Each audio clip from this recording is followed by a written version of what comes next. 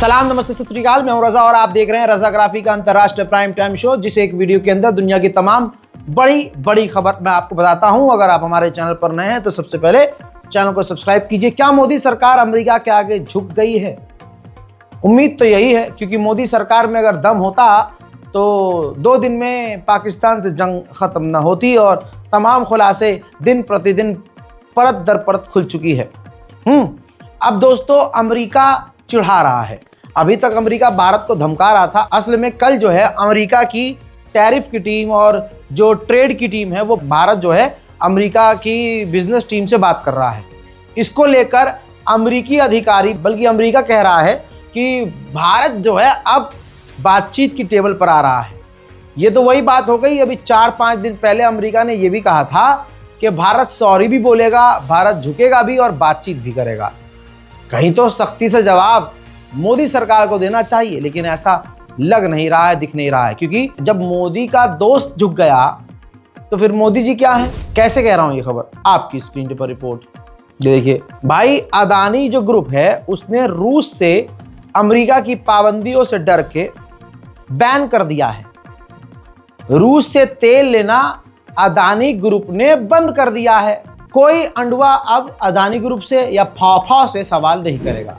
अब सोचिए, उधर अमेरिकी सेनेटर, इधर बातचीत हो रही है, अमेरिका यहाँ आया हुआ है भारत में, अमेरिकी टीम यहाँ पर है, भारत से बातचीत कर रही है। उधर अमेरिकी सेनेटर लाइव टीवी पर कह रहा है कि रूस पर कोई फर्क नहीं पड़ रहा है, हमें चीन, ब्राजील, इंडिया, इन देशों पर टैरिफ और टैक्स बढ़ाने चाहिए। सुन लीजिए। For Europe to get behind President Trump to punish Putin's customers. Putin has been sanctioned, literally his economy has been sanctioned every way it can be sanctioned. President Trump approach is to go after China and India. President Trump put a 25% tariff on every Indian product coming into America because they buy cheap Russian oil. He is now going after China. He posted yesterday to our European allies, mostly NATO allies, that he expects them to follow his lead by imposing tariffs on China for 50 to 100%, up to 100% on products coming into Europe. It is now time for Europe to get behind the Trump approach. The Europeans say they love the... भाई, एक गंदी औरत की तरह जो होती है ना लड़ाकू, उसकी तरह ये अमेरिका रो रहा है। अभी कल तक कह रहा था कि भारत हमसे दूध नहीं ले रहा है, अब कह रहा है भुट्टे नहीं ले रहा है। कौन? भारत में इतनी आबादी है और भारत हमसे 25 किलो भुट्टे तक नहीं ले रहा है। बताइए, इतनी बौखलाहट है अमेरिका के अंदर। वहीं डोनाल्ड ट्रंप के सलाहकार ने कहा कि मुझे नहीं लगता कि जब भारत के प्रधानमंत्री मोदी चाइना गए थे तो वो शी जिनपिंग के साथ स्टेज शेयर करने में कंफर्टेबल थे। यानी मुझे नहीं लगता, अमेरिका को नहीं लगता, अमेरिका के राष्ट्रपति के सलाहकार को, कि जो भारत के प्रधानमंत्री हैं वो एक स्टेज पर चीन के राष्ट्रपति के साथ आकर खुश थे। किसी मुद्दों पर भारत सख्त कदम उठा रहा है, लेकिन जहां हमें उम्मीद होती है वो बात अलग है कि मोदी सरकार वहां नरम पड़ जाती है। इस वक्त जैसे भारत 10 अलग अलग देशों से फ्री ट्रेड की बात कर रहा है। अगर ऐसा होता है तो अमेरिका को सीधा झटका है। वहीं एक अच्छी खबर यह है कि चाइना जैसे हमारे खिलाफ ब्रह्मपुत्र नदी पर डैम बना रहा है, वैसे भारत ने भी तैयारी की है कि चीन के खिलाफ एक नदी पर डैम बनाया जाए और उस पर मोदी सरकार 17,000 करोड़ खर्च करेगी। उधर अमेरिका पूरी कोशिश में है कि भारत पूरी तरह से झुक जाए, और ऐसा अभी तक होता हुआ नजर नहीं आया है। बल्कि भारत ने, हमारी जो गवर्नमेंट है उसने काम ये किया कि अलग अलग देशों से टैरिफ से बाहर निकलने के लिए दूसरे देशों से बिजनेस बढ़ाने की बात शुरू कर दी। इस पर रशिया खुश हुआ है और रशिया ने कहा कि टैरिफ का बाइकआउट करने के लिए भारत जो कदम उठा रहा है और भारत जो अमेरिका के आगे झुक नहीं रहा है, ये काफी अच्छी बात है। वहीं मैंने आपको बताया था पाकिस्तान के राष्ट्रपति जो हैं चीन के दौरे पर गए। पाकिस्तान की एक बड़ी टीम गवर्नमेंट की गई और पाकिस्तान की जो टीम ये है चीन के सैन्य बेस पर गई और वहां J-10C जो चीन का एक एडवांस फाइटर जेट है उसका मुआयना किया। पाकिस्तान इस फाइटर जेट को खरीद चुका है। पाकिस्तान ने चीन के हथियारों की तारीफ की और कहा जा रहा है कि पाकिस्तान अभी चीन से और हथियार लेगा। उधर बलूचिस्तान में पाकिस्तान के 5 सैनिक आईईडी ब्लास्ट में मारे गए हैं। पाकिस्तान के अंदर आतंकी घटनाएं बढ़ती ही जा रही हैं और हमेशा वहां आतंकी घटनाएं इसी तरह से होती हैं जिसमें आम लोग तो मारे जाते हैं, लेकिन अब पिछले कई सालों से आतंकवादियों के निशाने पर पाकिस्तान की फौज है। उधर हम जो सुनते हैं कि एक तारा टूट के आ रहा है, उपग्रह हमारी तरफ टूट के आ रहा है, ऐसा ही एक उपग्रह जो है उसका टुकड़ा चीन के ऊपर गिरता हुआ आ रहा था। चीन को खतरा लगा, ये सीसीटीवी फुटेज है। चाइना ने अपने एयर डिफेंस सिस्टम से उस टूटते हुए ग्रह के हिस्से को शेंडोंग के इलाके में मार गिराया। अब ये अलग ही ताकत है उसके एयर डिफेंस सिस्टम की। एक तरफ अमेरिका चीन पर पाबंदियों की बात कर रहा है, दूसरी तरफ चीनी कंपनियों के साथ वो बात भी कर रहा है, डील भी कर रहा है। अमेरिका ने आधिकारिक तौर पर कहा कि हम टिकटॉक के साथ डील करने के काफी करीब पहुंच चुके हैं। चाइना जितनी तेजी से आगे बढ़ रहा है सबकी हवा संट है। नासा की भी अब फट के 4 हो गई है। नासा ने साफ वार्निंग दी है कि बहुत जल्दी स्पेस में भी चाइना हमको टक्कर देने वाला है। एक तरफ चाइना से कहीं कहीं डील भी कर रहा है अमेरिका और दूसरी तरफ भड़काने का काम भी कर रहा है। जापान के अंदर चाइना के खिलाफ अमेरिका ने टाइफून मिसाइल तैनात कर दी है। ये मिसाइल काफी खतरनाक है। अमेरिका की सबसे खतरनाक मिसाइलों में से एक मिसाइल है। इसके रेंज में चीन है, जिस पर चीन बुरी तरह से नाराज हो गया है, भड़क गया है। वहीं नेपाल की प्रधानमंत्री का ताजा तरीन बयान, जो सुशीला कुर्की हैं प्रधानमंत्री वहां की, उन्होंने कहा कि हमारी सरकार जेन जी जनरेशन जैसा सोचती है उसके हिसाब से काम करेगी। करना तो पड़ेगा मैडम, ये जेन जी है, XYZ करके किस तरह से सरकार पलटी है, आपकी भी पलट सकती है। वहीं नेपाल के 3 नए कैबिनेट मंत्री ने शपथ भी ले ली है।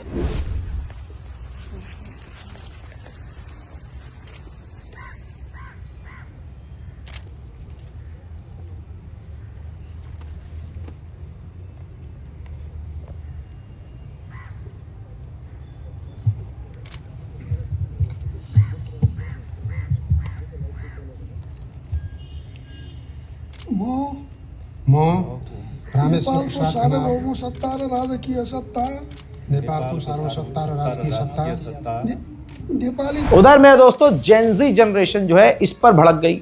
अब आप कहेंगे क्यों? क्योंकि जेनजी जनरेशन का ये कहना यह है कि बिना सलाह के आपने नेता चुन कैसे लिया, मंत्री बना कैसे दिया, हमने सरकार अगर गिराई है तो दोबारा गिरा सकते हैं, सलाह मशवरा कर लो। अच्छी बात है, ये जेनजी जनरेशन का होल्ड सरकार पर रहना चाहिए। उधर में दोस्तों जैसे ऐसी बातें आई तो वहां की जो पीएम है कुर्की, उन्होंने फौरन एक बड़ा ऐलान किया कि जो 72 लोग मारे गए हैं इस प्रदर्शन में, उनको शहीद का दर्जा दिया जाएगा और 10-10 लाख रुपए हर उस इंसान को दिए जाएंगे जो मारा गया है। उधर सुनिए, अमेरिका का हरामीपन सब पर है, लेकिन सब इतना डरते हैं अमेरिका से कि कोई इसको मुंह तोड़ जवाब नहीं देता। और अमेरिका की ना दोस्ती अच्छी ना दुश्मनी अच्छी, समझ रहे हैं कैसे? अमेरिका से लगभग 88 फाइटर जेट F-35 कनाडा खरीदने की बातचीत काफ़ी समय से कर रहा है, लेकिन कनाडा को उल्टा सीधा जब अमेरिका ने बोला तो कनाडा ने बातचीत हल्की कर दी। तो अब कनाडा को अमेरिका ने धमकी दी है कि F-35 88 जो आपको खरीदने थे, उस पर जो आप बातचीत कर रहे थे, अगर ये बातचीत बंद करी और डील कैंसिल करी तो छोड़ेंगे नहीं। दादागिरी है, सामान हमसे ही लो, ऐसे कैसे? उधर दोस्तों अमेरिका के ऑफिशियल, ये तस्वीर देखिए, अमेरिकी गवर्नमेंट के ऑफिशियल अफगानिस्तान पहुंचे और तालिबान के ऑफिशियल से उन्होंने मुलाकात की है। उधर अभी भाई हम फाइटर जेट के इंजन तक नहीं बना पा रहे हैं, उधर चाइना 6th जनरेशन, 5th बना चुका है, 6th जनरेशन के 3 फाइटर जेट एक साथ बना के उसका टेस्ट कर रहा है। देखिए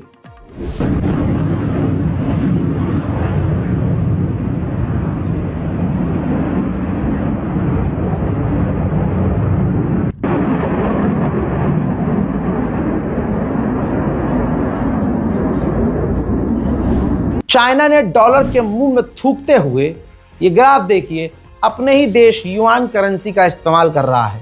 अब उसके देश में जो सबसे ज़्यादा बिजनेस ट्रेड जो कुछ हो रहा है, 50% वो अपनी ही करेंसी से कर रहा है।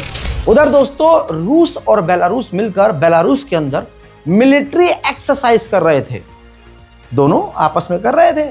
पता है क्या हुआ, अमेरिका का सैन्य ऑफिशियल अचानक से सरप्राइज विजिट पर पहुंच गया। ये देखिए, दुश्मनी में नहीं, ये एक भाईचारे में, मतलब डोनाल्ड ट्रंप की जो गवर्नमेंट आई है वो रूस के साथ अपने संबंधों को ठीक कर रही है, जिसके चलते हुए इस मूव को पॉजिटिव वे में लिया जा रहा है। वेनेजुएला के ऊपर बवाल तो है ही अमेरिका का। अमेरिका के मिलिट्री ने, नेवी ने वेनेजुएला के 8 मछुआरों को किडनैप कर लिया, गिरफ्तार कर लिया। 9 घंटे तक पूछताछ करने के बाद उनको छोड़ा है। उधर 5 और F-35 फाइटर जेट अमेरिका ने वेनेजुएला के करीब भेज दिए हैं। अब आपको ग्राफ दिखा देता हूं, ग्राफ आपको समझ में आ जाए तो ये देखिए, वेनेजुएला के करीब अमेरिका ने वॉरशिप, आप देखिए किस तरह कहां कहां मैप में तैनात किए हुए हैं। ये जो आप देख रहे हैं, आप देखिए ध्यान से, इसमें आपको एयरक्राफ्ट कैरियर, वॉरशिप, और आप ये देखिए कि फाइटर जेट और यूएस एयरफोर्स के USAF हैं, उसमें टैंकर हैं, ड्रोन्स हैं भारी मात्रा में। यानी एक छोटे मोटे देश पर कब्जा करने के लिए जितनी ताकत चाहिए वेनेजुएला के खिलाफ अमेरिका ने वो भेज दी है। अब वेनेजुएला के राष्ट्रपति ने पहले कह दिया था जनता से कि जाओ गोली चलाते कैसे सीखो। तो आप ये देखिए, वेनेजुएला के जो सिविलियंस हैं अब वो गोली चलाना, बंदूक चलाना, इन मतलब जंग की पूरी तैयारी, मतलब ट्रेनिंग ले रहे हैं। इसमें बड़े बड़े आर्म व्हीकल्स भी नजर आ रहे हैं, बड़े बड़े हथियारों को चलाती हुई आम जनता भी नजर आ रही है। यानी एक पूरा का पूरा देश इस वक्त जो है जंग की तैयारी कर रहा है। अब पत्रकारों ने ट्रंप से पूछा कि क्या आप वेनेजुएला पे हमला करेंगे, तो उन्होंने कहा कि हाँ बिल्कुल, अभी देखेंगे आगे क्या होता है, क्योंकि वेनेजुएला हमारे देश में गैंग्स भेज रहा है, ड्रग्स की तस्करी करवा रहा है। जैसे वो इल्ज़ाम, सेम वही इल्ज़ाम है ये। इसके पास दिमाग चलाने की कुछ है तो है नहीं, आइडिया है नहीं इसके पास सुअर के पास।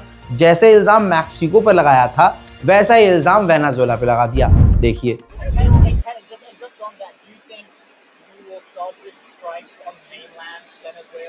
Oh, we'll see what happens. Look, Venezuela is sending us their gang members, their drug dealers and drugs. It's not acceptable. दादागिरी, बदमाशी भाई भरी पड़ी है अमेरिका में। अब ये देखिए, डोनाल्ड ट्रंप ने एक वीडियो शेयर किया और बताया कि हमने जो है वेनेजुएला की एक और बोट को उड़ा दिया है। आप देख रहे हैं, ये सीधा सीधा जुल्म है भाई। एक देश शांति से रह रहा है, आपसे पंगे नहीं ले रहा है, आपकी बदमाशी है कि आप उस पर इल्ज़ाम लगाकर कि उसके यहाँ तेल बहुत ज़्यादा है तो आप उस पर हमला करके कब्जा करना चाहते हो। ये दुनिया को समझ में आ रहा है। इस पर चाइना ने कहा है कि वेनेजुएला के खिलाफ अमेरिका ने जो तैनाती की है ये उस इलाके के शांति के लिए ख़तरा है। देखिए, बहुत सीधी सीधी बात है। वेनेजुएला के राष्ट्रपति clear cut point two point बात बोल रहे हैं।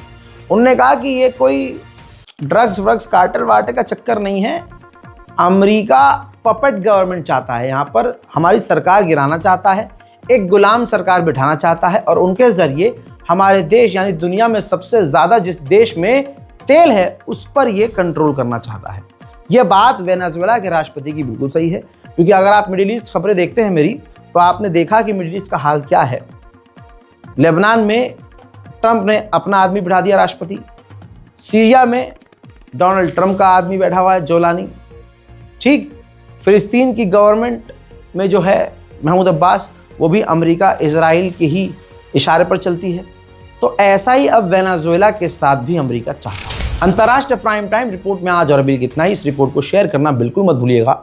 चैनल को सब्सक्राइब कीजिए, दुआओं में याद रखिए। जय हिंद।